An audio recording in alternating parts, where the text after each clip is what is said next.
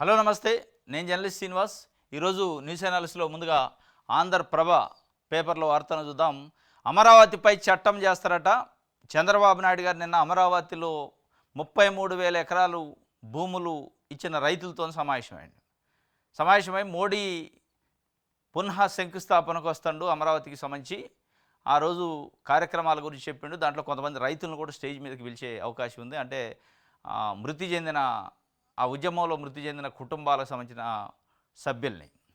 దీనికి సంబంధించి చెప్తా ఆయన ఏం చెప్పిండంటే అమరావతిపై చట్టం చేయాలండు. చంద్రబాబు నాయుడు గారు చెప్పింది ఎట్లా ఉందంటే 2014 నుంచి 19 మధ్యలో అమరావతి గ్రాఫిక్స్తో చూపించిండు. అయిపోయింది అమరావతి, ప్రపంచంలో నెంబర్ 1 అమరావతి చేస్తా, నేను రాజధాని చేస్తా అమరావతిని అని చెప్పిండు. కాలే. అయ్యాల కూడా ఇదే మోడీ ప్రధానమంత్రి, అయ్యాల కూడా ఇదే ఎన్డీఏ కూటమి ఉంది. అయ్యాల కూడా ఆ రోజు కూడా నిధులు వచ్చే అవకాశం ఉంది. ఎందుకంటే రాష్ట్రం అప్పుడప్పుడు విభజన చెందింది.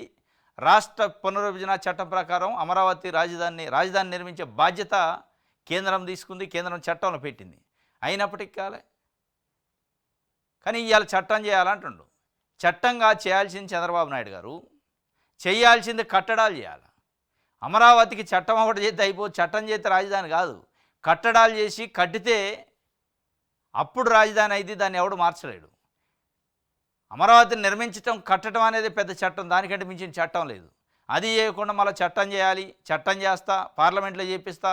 ఆ రోజు కుదరలేదు, ఉమ్మడి రాజధాని హైదరాబాద్ 10 ఏళ్ళు ఉంది కాబట్టి అక్కడ రాజధాని ఉండగా ఇక్కడ చట్టం ఎందుకు అన్నారు అని చెప్తారు. మరి ఆ రోజు ఉమ్మడి రాజధాని 10 ఏళ్ళు ఉన్నప్పుడు, మరి ఇక్కడ రాజధాని ఉన్నప్పుడు అక్కడ రాజధాని కోసం 33,000 ఎకరాలు ఎందుకు సేకరించినట్లు అనేది కూడా ఒక రైతుల్లో చర్చ జరిగింది కదా. మొత్తానికి అయితే చట్టం చేయాలంటే ఈ చట్టం వెనకున్న మతలబ్ ఏంటంటే దీని వెనక ఒక ప్లాన్ ఉంది. ఏంది ఆ ప్లాను? ఇప్పుడు ఇంకో 44,476 ఎకరాలు సేకరించే పనిలో నోటిఫికేషన్ కోసం సిద్ధం చేశారు. ఇప్పుడు ఇచ్చిన 33,000 ఎకరాలకు సంబంధించిన రైతులే అనేక అనుమానాలు, ఆందోళనలు, అనేక మీమాంసలు, సంజాయిషీలు, కథ ఉద్యమాలు నడిచినాయి. అసలు అమరావతి ఉంటుందా లేదా అనే పరిస్థితుల్లో మొన్నటి వరకు ఉండే.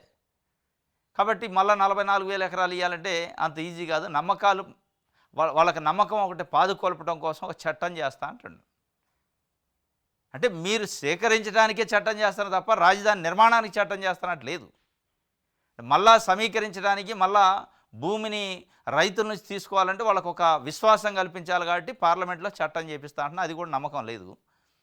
ఈ పార్లమెంట్ చట్టం వెనక ఉన్నది అది. కానీ ముఖ్యమంత్రి గారికి ప్రజలను అడుగుతుంది ఏంటంటే, ముఖ్యమంత్రి గారు మనం చెప్పేది ఏంటంటే చట్టం కాదు చేయాల్సింది, కట్టడం చేయాలి. అమరావతిని కట్టాలి, నిర్మించాలి. నిర్మిస్తే దానికంటే పెద్ద చట్టాలు లేవు. అది చేయకుండా మళ్ళీ మీరు చట్టాలు చేసి మళ్ళీ సేకరించి టైంపాస్ చేసి 2028-29 రాగానే మోడీ డబ్బులు ఇవ్వలేదు కాబట్టి నేను చేయలేకపోయినా మళ్ళీ మట్టి నీళ్ళు ఇచ్చిపోయిండు. ఈ కాకమ్మ కథలు కాకుండా కట్టే పని చేయండి అనేది అలా 5 కోట్ల మంది ఆంధ్రప్రదేశ్ ప్రజలు కోరుకుంటున్నారు. రాజధాని ఎక్కడ అంటే చెప్పలేని పరిస్థితులు ఉంది. కాబట్టి పార్లమెంటు ద్వారా చట్టబద్ధత కల్పిస్తారట. మీ త్యాగం వల్లే అమరావతి సాకారం, మీరుండన ప్రధాని మోడీ సభ, మీకు ఇదే నా ఆహ్వానం అని ఆయన చెప్తుండు. రైతులు రిటర్నబుల్ ప్లాట్లకు బ్యాంకు రుణాలు ఇప్పిస్తాం, గ్రామకంఠం పరిధిలో పట్టాలు లేని వారికి పట్టాలు మంజూరు చేస్తాం, అంతర్జాతీయ ఎయిర్పోర్ట్ నిర్మాణంతో భూముల విలువ రెట్టింపు. మీ అభిష్టానికి విరుద్ధంగా ఏ కార్యక్రమం ఉండదు. అమరావతి రైతులతో సీఎం చంద్రబాబు సమావేశం అభయం. అంతర్జాతీయ ఎయిర్పోర్ట్ నిర్మాణంతో భూముల విలువ రెట్టింపు అయిద్దట. ఐద్యం ఒకరు అయితే కానీ దానికంటే అసలు రాజధాని నిర్మిస్తే ఇంకా ఎక్కువైంది. అంతర్జాతీయ ఇంటర్నేషనల్ ఎయిర్పోర్ట్ నిర్మిస్తే అయిద్దో కాదో కానీ అవ్వచ్చు అవ్వకపోవచ్చు ఛాన్సు. కానీ అక్కడ కేవలం ఒక అంతర్జాతీయ విమానాశ్రయం ఒకటే కట్టి వదిలేస్తే రాజధాని లేకుండా ఉంటే కూడా దానికి దానికి మంచిగా ఉండదు, ధరలు పెరగవు. కానీ రాజధాని నిర్మాణంతో పాటు మీరంటున్న ఇంటర్నేషనల్ ఎయిర్పోర్ట్ కావచ్చు, ఇంకా మిగతా మల్టీనేషనల్ కంపెనీలు కావచ్చు, అవన్నీ వస్తే అప్పుడు దానికి ఒక అందమ ఆకారం వస్తుంది తప్ప మీరు ఒక చట్టాలు తెచ్చి ఒక ఇంటర్నేషనల్ ఎయిర్పోర్ట్ తెస్తే అది కాదు. రైట్. పురపాలకాల్లో కూటమి హవా, గ్రేటర్ విశాఖ, గుంటూరు మేయర్ స్థానాల కవేశం. కుప్పం మున్సిపల్ కోటపై టీడీపీ జెండా. చైర్మన్గా సెల్వరాజు, మహావిశాఖ చైర్మన్గా మేయర్గా పీలా శ్రీనివాసరావు బాధ్యతలు స్వీకారం. ప్రతిపాదించిన జనసేన, బలపరిచిన బీజేపీ. గుంటూరు మేయర్గా టీడీపీ నేత నాని, వైసీపీ దక్కన మేయర్ పదవి. తుని మున్సిపాలిటీపై తెలుగుదేశం జెండా. చైర్పర్సన్, వైస్ చైర్మన్ ఏకగ్రీవం ఎన్నిక. కుప్పంలో హోరాహోరీ పోరు. టీడీపీ భారీ విజయం. ఇది భారీ విజయం అంటారు, భారీ కబ్జా అంటారు. ఇది ఏంది పురపాలికల్లో కూటమి హవా అన్నారు. ఇది కూటమి హవా కాదు, కూటమి గుంజుకుంది. బలవంతంగా ప్రజాస్వామ్యాన్ని కూనీ చేసిన హవా ఇది అని ప్రజలు అనుకుంటున్నారు. ఎక్కడ ఎన్నికలు జరిగినాయి, ఎక్కడ హవా ఉంది? ఎన్నికలు ఎక్కడే? ప్రజలు ఓట్లు వేసిన ఎన్నికలు కావు ఇవి. ప్రజల అభిష్టానికి వ్యతిరేకంగా జరిగిన హవా ఇది. ప్రజాస్వామ్యానికి వ్యతిరేకంగా జరిగిన హవా. ఈ హవా గురించి ఇలా మరి తెలుగుదేశం పార్టీ ఇన్ని రోజులు ప్రజాస్వామ్య విలువల గురించి, నైతిక విలువల గురించి చెప్పిన తెలుగుదేశం పార్టీని మోసే మీడియా ఏం చెప్పింది ఈ హవా గురించి? ఇది ఎక్కడి నుంచి వచ్చిన హవా ఇది? ఇది బలవంతపు ప్రజాస్వామ్యం కూనీ చేసుకుంటూ తెచ్చిన హవా ఇది. ప్రజలు ఓట్లేసి ఇష్టంతో గెలిపించింది కాదు, ఇది కష్టంతో, ఇబ్బందికరమైన పరిస్థితుల్లో బలవంతంతో ఇటు నుంచి అటు మార్చి గెలిచిన కథ ఇది. దీన్ని హవా అనరు. వాస్తవంగా గెలిచి ఉండొచ్చు తెలుగుదేశం పార్టీ, కొంతమందిని వైసీపీ వాళ్ళని తీసుకొని గెలిచి ఉండొచ్చు, బలవంతంగానో భయానో నయానో బెదిరింపులు ఉండొచ్చు. కానీ ప్రజాస్వామ్యం గురించి మాట్లాడిన వ్యక్తులు, పార్టీలు, మీడియా సంస్థలు ఇవాళ మరి అదే ప్రజాస్వామ్యం కూనీ చేసి హవా అంటే దాని గురించి మాట్లాడలే. ఇది పురపాలికల్లో హవా అట. రైట్, ఇది ఒక వార్త. విశాలాంధ్ర. అమరావతి ఏపీకి ఆత్మ, పెద్ద నగరం ఉంటేనే రాష్ట్రానికి సమృద్ధిగా ఆదాయము, తెలుగువారి ఆత్మగౌరవానికి ప్రతీకగా నిర్మిద్దాం, రాజధాని పునఃనిర్మాణ పనులతో అభివృద్ధికి మళ్లీ ఊపిరి, ప్రధాని మోదీ పర్యటన విజయవంతం చేద్దాం, ఎన్డీఏ నేతలకు సీఎం పిలుపు. అమరావతి ఏపీకి ఆత్మ. అమరావతి కాదు, ఏ రాష్ట్రానికైనా ఆ రాష్ట్ర రాజధాని ఆత్మే. కానీ ఆత్మ నిర్మాణం కావట్లేదు, అది బాధ. ఇప్పుడు తెలంగాణకి హైదరాబాద్ ఆత్మ, జార్ఖండ్కి రాంచీ ఆత్మ, భారతదేశానికి ఢిల్లీ ఆత్మ, కర్ణాటకకి బెంగళూరు ఆత్మ.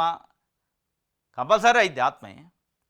రాజధాని ఆ రాష్ట్రానికి ఆత్మ అయింది. కానీ ఆత్మని నిర్మించే కార్యక్రమం చేయట్లే, మాటలతోనే డొల్లిచ్చే కార్యక్రమం చేస్తారనేది కదా బాధ. ఇది చంద్రబాబు నాయుడు గారు చెప్పిండు ఆత్మ అని. కూటమి హవా, అవిశ్వాస తీర్మానాలతో నాయకత్వం మార్పు, కార్పొరేషన్లు, మున్సిపాలిటీ టీడీపీ కైవసం, జీవీఎంసీ గుంటూరు మేయర్లుగా పీలా, కోవెలముడి, కుప్పంతుల్లో టీడీపీ జెండా. కూటమి హవా కాదు, ఇది కూటమి దాష్టికం అని అక్కడున్న ప్రజాస్వామ్యవాదులు అంటున్న పరిస్థితి. బీజేపీకే రాజ్యసభ సీటు, పాక వెంకట సత్యనారాయణ అభ్యర్థిత్వం ఖరారు. విశాలాంధ్ర రాసింది. రాష్ట్రంలో ఖాళీ అయిన రాజ్యసభ స్థానాన్ని ముందుగా ఊహించినట్టే రాష్ట్ర ముఖ్యమంత్రి చంద్రబాబు నాయుడు బీజేపీకి కేటాయించారు. బీజేపీకి రాష్ట్ర ముఖ్యమంత్రి చంద్రబాబు నాయుడు గారు కేటాయించలే, బీజేపీ గుంజుకుంది. బీజేపీకి చంద్రబాబు నాయుడు గారు ఎట్లా కేటాయిస్తారు? అత్యంత పెద్ద పార్టీగా 130 స్థానాల పైన తెలుగుదేశం పార్టీ ఉంది. అలా రాజ్యసభ సీటు తెలుగుదేశాంది. మొన్న 5 ఎమ్మెల్సీ ఖాళీ అయితే 5 కూడా తెలుగుదేశం గెలిచే అవకాశం ఉంది. అయినా కానీ ఢిల్లీ పిలిచి ఇగో మాకు ఇది కేటాయించి నువ్వు వెళ్ళిపో అంటే కేటాయించాల్సిన పరిస్థితి, మాట్లాడే పరిస్థితి చంద్రబాబు నాయుడు గారికి. ఇలా ఇది తెలుగుదేశం పార్టీ అధ్యక్షుడు ముఖ్యమంత్రి చంద్రబాబు నాయుడు గారు బీజేపీకి కేటాయించలే, బీజేపీకి కేటాయించుకుంది. అమిత్ షా గారు మరి ఢిల్లీ పిలిచి ఇగో ఈ సీటు విజయసాయిరెడ్డి రాజీనామా చేసిన సీటు మీది కాదు మాది అన్నాడు. రైట్ సార్, దానికి నేనేమంటా, నీకు ఎదురు చెప్తున్నా అన్నాడు. వచ్చిండు. పాక వెంకట సత్యనారాయణ అభ్యర్థిత్వం ఖరారు చేశారు. సీనియర్ మోస్ట్ బీజేపీ నాయకుడు, 1976 నుంచి ఆర్ఎస్ఎస్లో పనిచేసిండు. ఆర్ఎస్ఎస్ కోర్ కార్యకర్త ఆయన. మొత్తం బీజేపీ ఆర్ఎస్ఎస్ సిద్ధాంతాలు ఆకలింపు చేసుకున్న కార్యకర్త. ఒక సామాన్య కార్యకర్త నుంచి బయటకు వచ్చిండు. బీసీ గౌడ సామాజిక వర్గం, పశ్చిమ గోదావరి జిల్లా భీమవరం. ఆయన భీమవరంలో మున్సిపల్ కౌన్సిలర్గా చాలాసార్లు చేసిండు. దాని తర్వాత నరసాపురం ఎంపీగా పోటీ చేసిండు 1994-96 ఆ ప్రాంతాల్లో. తర్వాత ఎమ్మెల్యేగా పోటీ చేసిండు భీమవరం నుంచి. అంటే రకరకాల పిలిపించినాడు పార్టీ. అనేక సందర్భాల్లో పార్టీ కోసం నిలబడాల్సి వచ్చింది, నిలబడ్డాడు. పార్టీ ఆయన జీవితం అయింది, ఆయన జీవితమే పార్టీ అయింది. అట్లాంటి సందర్భంలో మన 5 ఎమ్మెల్సీ ఖాళీ అయినప్పుడు ఆయన కంపల్సరీ వద్దనుకున్నారు. ఎందుకంటే నరసాపురం ఎంపీఏ లాస్ట్ టైం రావాల్సి ఉండే, రాలే. కాబట్టి 5 ఎమ్మెల్సీలో వస్తాను కూడా 5 ఎమ్మెల్సీలో ఆయన సోమవీర్రాజుకి ఇచ్చారు. కాబట్టి ఈసారి బీసీ సామాజిక వర్గం పార్టీ సిద్ధాంతకర్త, అంటే పార్టీ సిద్ధాంతాలను నమ్ముకొని పార్టీ ఆర్ఎస్ఎస్ జెండా మోసిన వ్యక్తి కాబట్టి ఆర్ఎస్ఎస్ ప్యానల్ అనమాట ఇది, ఆయనకి ఇచ్చారు. పాక వెంకట సత్యనారాయణ. ఇక తెలుగుదేశం పార్టీ పరిస్థితి, తెలుగుదేశం పార్టీలో సీనియర్లు చెవులు జాడించుకొని ఉండాల్సిన పరిస్థితి అనివార్యం అనమాట. ఇదే రాజ్యసభ సీటు పైన చాలా చర్చలు, చాలా వార్తలు వచ్చినాయి. విజయసాయిరెడ్డికి మళ్ళా ఇస్తారు, బీజేపీలో జాయిన్ అవుతున్నాయని ఒక వార్త. ఇంకోటి మందకృష్ణ మాదిగ ఎంఆర్పిఎస్ అధ్యక్షుడికి ఇస్తారు. చంద్రబాబు నాయుడు గారు అది ప్రపోజ్ చేసిండు. చంద్రబాబు నాయుడు గారికి ఇష్టం మందకృష్ణ మాదిగ అంటే అన్నారు. ఇంకోటి అన్నామలై తమిళనాడు నుంచి ఆయనకి ఇస్తారు. ఆయన కేంద్రంలో మంత్రి పదవి కూడా ఇచ్చి తమిళనాడులో ఎన్నికలు ఉన్నాయి. ఈ రకరకాల జరిగినాయి చర్చలు. సరే అన్నిటికీ ఫుల్ స్టాప్ పెడుతూ అనూహ్యంగా ఈ పేరు తీసుకొచ్చారు బీజేపీ. ఇది కంప్లీట్గా బీజేపీ నాయకత్వము ఆర్ఎస్ఎస్ నాయకత్వం డిసైడ్ చేసిన పేరు. ఇది చంద్రబాబు నాయుడు గారు డిసైడ్ చేసిన పేరు కాదు. ఇది చంద్రబాబు నాయుడు గారు ఇచ్చింది కాదు, దాంట్లో డౌట్ లేదు. ఇది బీజేపీకే సీటు అని చెప్పి హైకోర్టుకు ఎస్సీ వర్గీకరణ ఆర్డినెన్సు రంజన్ మిశ్రా కమిషన్ మార్గదర్శకాలు పాటించలేదన్న పిటిషనర్ కౌంటర్ దాఖలకు రాష్ట్ర ప్రభుత్వానికి కోర్టు ఆదేశం. హైకోర్టుకి ఆల్రెడీ తెలంగాణ గవర్నమెంట్ పైన ఒకళ్ళు హైకోర్టులో ఎస్సీ వర్గీకరణపై వేశారు. ఇప్పుడు ఏపీ గవర్నమెంట్ పైన కూడా వేశారు. తెలంగాణలోని చట్టాన్నే సవాల్ చేశారు, ఇక్కడ ఆర్డినెన్స్ను సవాల్ చేశారు.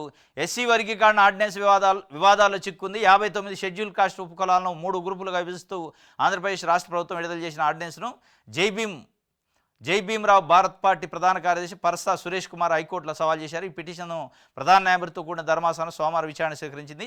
ఈ సందర్భంగా ఆంధ్రప్రదేశ్ రాష్ట్ర ప్రభుత్వం విడుదల చేసిన ఆర్డినెన్స్ సుప్రీంకోర్టు మార్గనిర్దేశాలకు వ్యతిరేకంగా ఉందని పిటిషనర్ తరపు న్యాయవాది జడ శ్రవణ్ కుమార్ వాదించారు. సుప్రీంకోర్టు ఇచ్చిన తీర్పును తుంగలో దొక్కి ఎటువంటి శాస్త్రీయమైన డేటా తయారు చేయకుండా తప్పులు తడగ్గా ఆర్డినెన్స్ ఇచ్చారని తెలిపారు. ఇది సుప్రీంకోర్టు గైడ్లైన్స్కి విరుద్ధంగా ఉందని చెప్పి ఆయన పరసా సురేష్ కుమార్ అంట జై భీమ్రావు భారత్ పార్టీ ప్రధాన కార్యదర్శి వేసిండు. ప్రభుత్వానికి నోటీసులు ఇచ్చింది హైకోర్టు. దానిపైన ఎవరిని వేయండి, అసలు మీ కౌంటర్ ఏందో వేయండి అని. మొత్తానికి మరి ఈ తెలంగాణలో అటు ఏపీలో కూడా వర్గీకరణ త్రిశంకు స్వర్గంలో పడిద్దా నిజంగా ముందుకు పోద్దా అనేది చూడాలి. రైట్. 16 పాక్ యూట్యూబ్ ఛానళ్లపై నిషేధం విధించారా? తప్పుదారు పట్టించే కథనాలపై కేంద్రం సీరియస్. గ్రౌండ్ పేజీలో ఉంది. 16 అంటే పాకిస్తాన్కి సంబంధించిన యూట్యూబ్ ఛానళ్లపై నిషేధం వేశారు. అంటే పహల్గామ్లో జరిగిన ఉగ్రవాద దాడి పైన అసత్య ప్రచారాలు చేశారట. అంటే పాకిస్తాన్ వాళ్ళు కాబట్టి అసత్య ప్రచారం చేసి దాన్ని గమనించింది మన భారత ప్రభుత్వం. వెంటనే వాటిని బ్యాన్ చేసే కార్యక్రమం చేసింది. ఇంకోటి, ఎవడు ఏది పడితే అది మాట్లాడితే చూస్తూ కూర్చోను. సిపిఎం నేతలకు డిప్యూటీ స్పీకర్ రఘురామ వార్నింగ్. తన ఆదాయము ఆస్తి వివరాలు ఎన్నికలకు ముందు ప్రజల ముందు ఉంచిరానని వెల్లడి. ఏది పడితే అది మాట్లాడితే చూస్తూ కూర్చోవద్దు, కరెక్టే. కానీ ఏది పడితే అది చేస్తే కూడా ప్రజలు కూడా చూస్తూ కూర్చోదుగా. 30 సంవత్సరాల నుంచి వాళ్ళు గూడు కట్టుకొని ఉంటుంటే పేదల గూడు పైన బుల్డోజర్ పంపిస్తారు. నేనే గోల్సవన్నా అని చెప్తారు. మరి మీరు ఏది పడితే అది చేస్తే ప్రజలేమో చేతులు కట్టుకొని కూర్చోవాలి. అంటే ప్రజలు ఏది పడితే అది మాట్లాడితే మీరు కూర్చోరు. అంటే మీకున్నట్టే వాళ్ళకి హక్కులు ఉన్నాయి, వాళ్ళకే ఓటు ఉంది, వాళ్ళు మీ లెక్కన ఈ భూమి మీద పుట్టిన మనుషులే. అంటే పేదోళ్ళైనంత మాత్రాన మీరు ఏది పడితే అది చేస్తే చూస్తూ ఊరుకోవాలా? మీరు పెద్దోళ్ళు అయినంత మాత్రాన ఏది పడితే అది మాట్లాడితే ఊరుకోరా? ఏది పడితే అది మాట్లాడరు. మాట్లాడే దాంట్లో వరుస ఉంటుంది. ఆ వరుస ఏంటంటే పేదల గూడు కూల్చేదానికి మీరే నాంది పలికారు అని మీరే చెప్పారు. దానిపైన సిపిఎం నేతకి సవాల్ ఇచ్చినట్టే ఏది పడితే అది మాట్లాడితే ఊకోను, నేను చూస్తూ కూర్చోమాకండి. ఇంకొక 200-300 ఇళ్ళు కూలుతారా? కూలిస్తే మిమ్మల్ని కూలుతారు. నెక్స్ట్ మీరు నియోజకవర్గంలో ఎమ్మెల్యే గెట్టగెళ్తారు. గెలవాలంటే ప్రజల ఆశీస్సులు ఉండాలి కదా. మీరు ఏది పడితే అది నేను చేస్తా అంటే ప్రజలు కూడా చేతులు కట్టుకొని కూర్చోరు. వాళ్ళకి కూడా ఒక ఆయుధం ఉంది, ఓటు అనే ఆయుధం.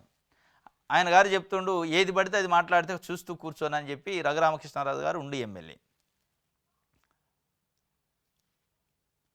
సజ్జల ఫ్యామిలీకి బిగిస్తున్నవచ్చు. 64 ఎకరాల అటవీ భూముల ఆక్రమణను నిర్ధారించిన కమిటీ 2 నెలల విచారణలో కీలక విషయాలు వెలుగులోకి. చర్యలకు సిద్ధమైన రాష్ట్ర ప్రభుత్వం అటవీ భూములు ఆక్రమించిన వ్యవహారాల్లో సజ్జల రామకృష్ణారెడ్డి కుటుంబానికి ఉచ్చు బిగిస్తుందట. జగన్ హయాంలో సకల శాఖల మంత్రిగా సజ్జల ఓ వెలిగిన సంగతి తెలిసిందే. ఆయన కుటుంబ సభ్యులు కడప జిల్లాలో 64 ఎకరాల అటవీ భూమిని కబ్జా చేశారట. ఆరోపణలపై రాష్ట్ర ప్రభుత్వం త్రిసభ్య కమిటీని వేసిందట. నిర్ధారణకు వస్తున్నాయట. ఎట్లాగ వస్తుంది నిర్ధారణకి? దాంట్లో డౌట్ ఏముందిగా. అంటే ప్రభుత్వం కొన్ని టార్గెటెడ్గా కేసులు తీసుకున్నప్పుడు దానిపైన సిట్ వేసినా, త్రిసభ్య కమిటీలు వేసినా, ద్విసభ్య కమిటీలు వేసినా వాళ్ళకి ముందే ఎజెండా ఇస్తారు. ఫలానా వ్యక్తిని ఏదో ఒక రంగం ఇరికియాలి, మీరు ఏం చేస్తారో చేయండి అంటారు. ఇక దాంట్లో ఇరికిచ్చే కార్యక్రమం నిర్ధారణ అయిపోద్ది. ఆ నిర్ధారణ ఇక్కడైతే కాదు, కోర్టులలో కావాలి. మరి ఆయన నిజంగా కబ్జా చేసి ఉంటే చర్య తీసుకోవాల్సిందే. కానీ కోర్టులో నిర్ధారణ అయితే కరెక్ట్. అది మీరు వేసే కమిషన్లలో సీట్లలో నిర్ధారణ అయితే అది ఉట్టిదే.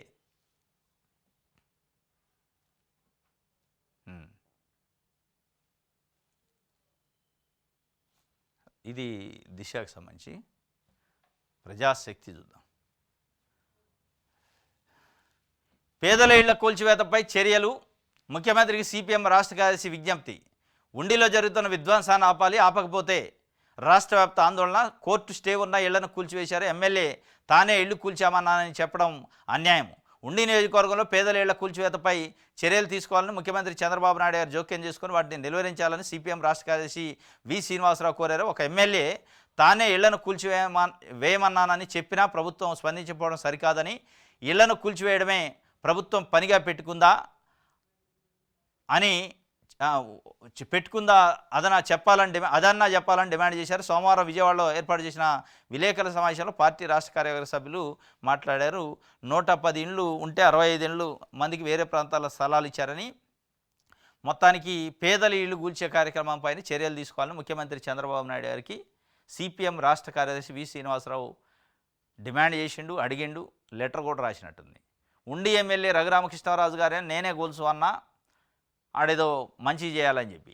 కానీ పేదల గూడు కూలిస్తే కూల్చే ముందు వాళ్ళకి ఏదో ఆల్టర్నేట్ ప్రత్యామ్నాయ ఏర్పాటు చేయాలి. వాస్తవం ఒకళ్ళు నిజంగానే కూల్చాల్సిన పరిస్థితి వచ్చింది, ఆడ అభివృద్ధి ఏదో చేయాలనుకుంటే, నిజంగా ప్రజా ఉపయోగమైన కార్యక్రమం ఏదైనా చేయాలంటే వాళ్ళకి ప్రత్యామ్నాయం చూపించడం అనేది మినిమం జస్టిస్, అది న్యాచురల్ జస్టిస్. వాళ్ళని రోడ్ల మీద పడేసి నేను కూలుస్తాను, నేను అభివృద్ధి చేస్తా అంటే ఎవరి కోసం అభివృద్ధి? ప్రజల కోసమే కదా అభివృద్ధి. మీ అభివృద్ధి ఏ ప్రజల కోసం? కొంతమంది ప్రజలు ఏడుస్తుంటే ఇంకో కొంతమంది ఎంజాయ్ చేస్తారా? అదే అభివృద్ధి? దాన్ని అభివృద్ధి అనరు. అందరూ సంతోషంగా ఉండాలి, అందులో మనం ఉండాలంటే అదే అభివృద్ధి అయింది తప్ప మీరు చెప్పే గూడు కూల్చి వాళ్ళని రోడ్డు పైన పడేసి నేను సంతోష పెడతా, అభివృద్ధి చేస్తా అంటే అది కాదు. దానిపైన నేను సిపిఎం పార్టీ కూడా డిమాండ్ చేసింది. ఆయన నేను ఏది పడితే అది మాట్లాడితే చూస్తూ కూర్చోని అంటుండు రఘురామకృష్ణరాజు గారు. రైట్, ఇది సాక్షి పేపర్ చూద్దాం.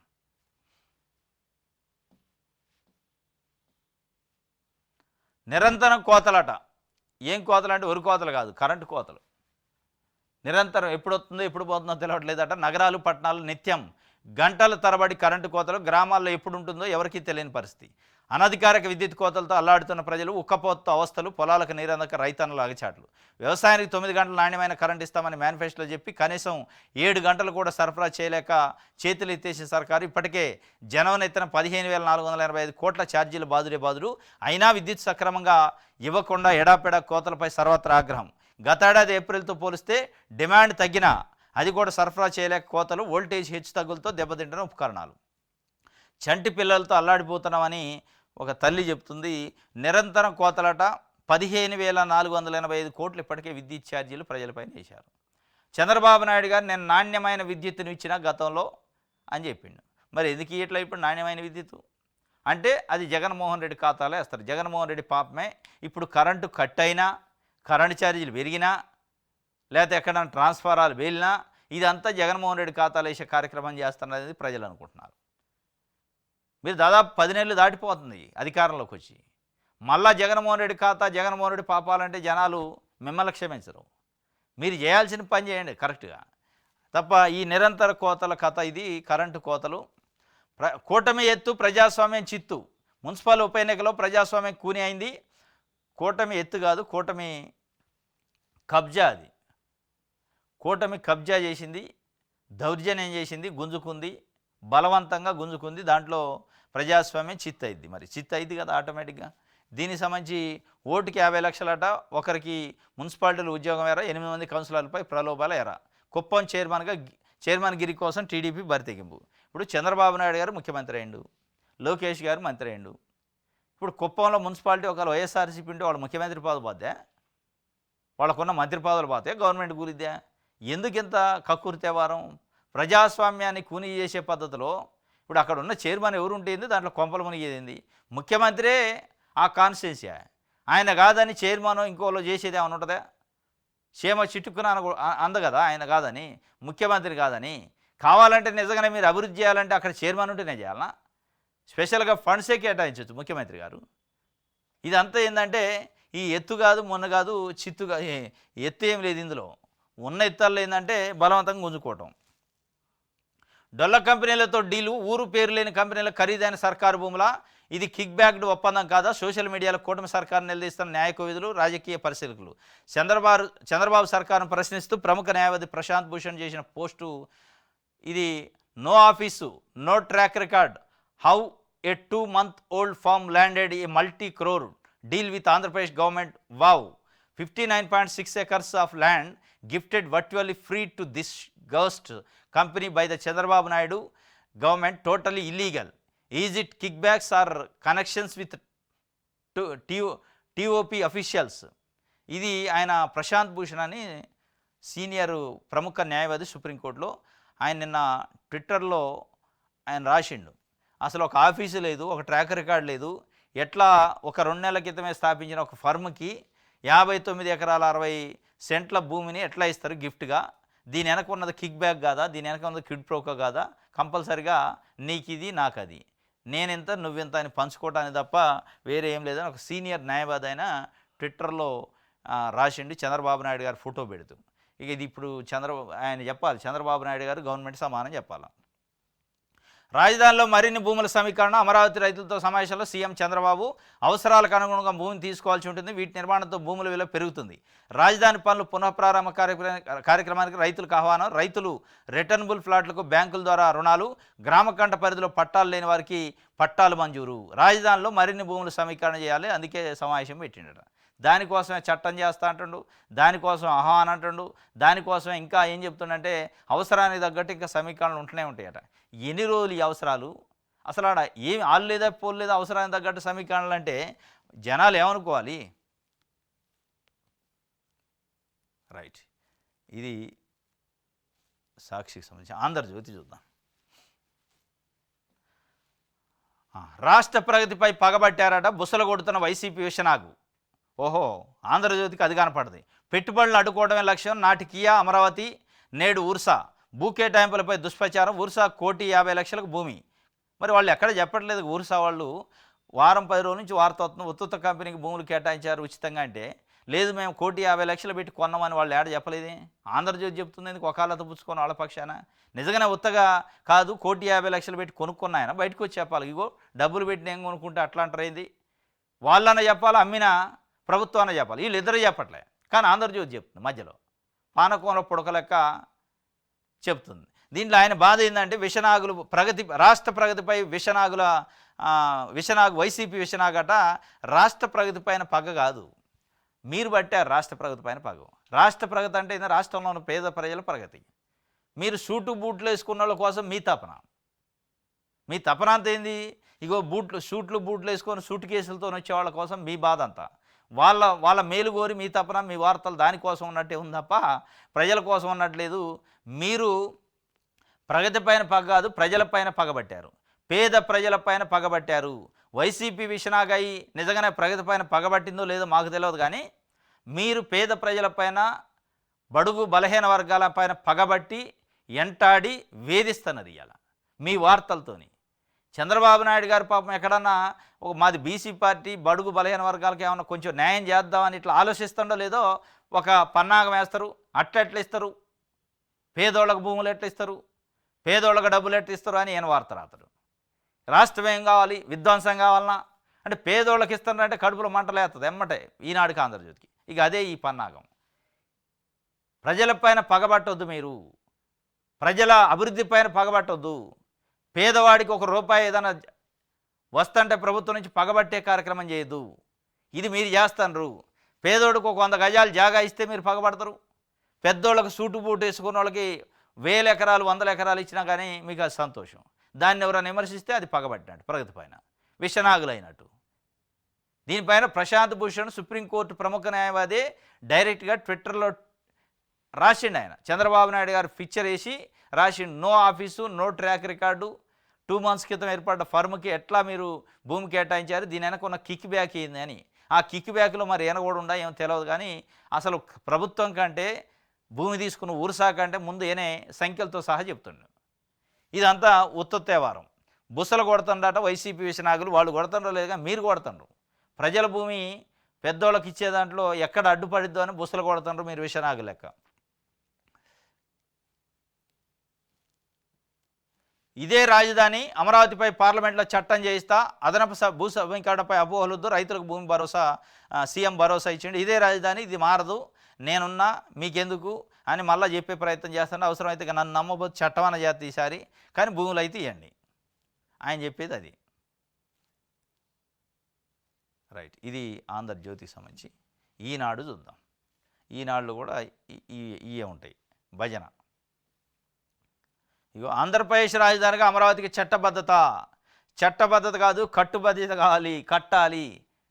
చట్టబద్ధత కంటే కట్టడం, దాన్ని నిర్మించడం, దాన్ని పూర్తిగా కన్స్ట్రక్షన్ చేస్తే అదే చట్టం అయింది. దీంట్లో మీరు చట్టం చేయాల్సిన అవసరం లే. రైట్, ఇది ఈనాడుకి సంబంధించి. ఇది ఈరోజు న్యూస్ అనాలిసిస్. రేపు తాజా వార్తలతో తిరిగి కలుసుకుందాం. Thank you.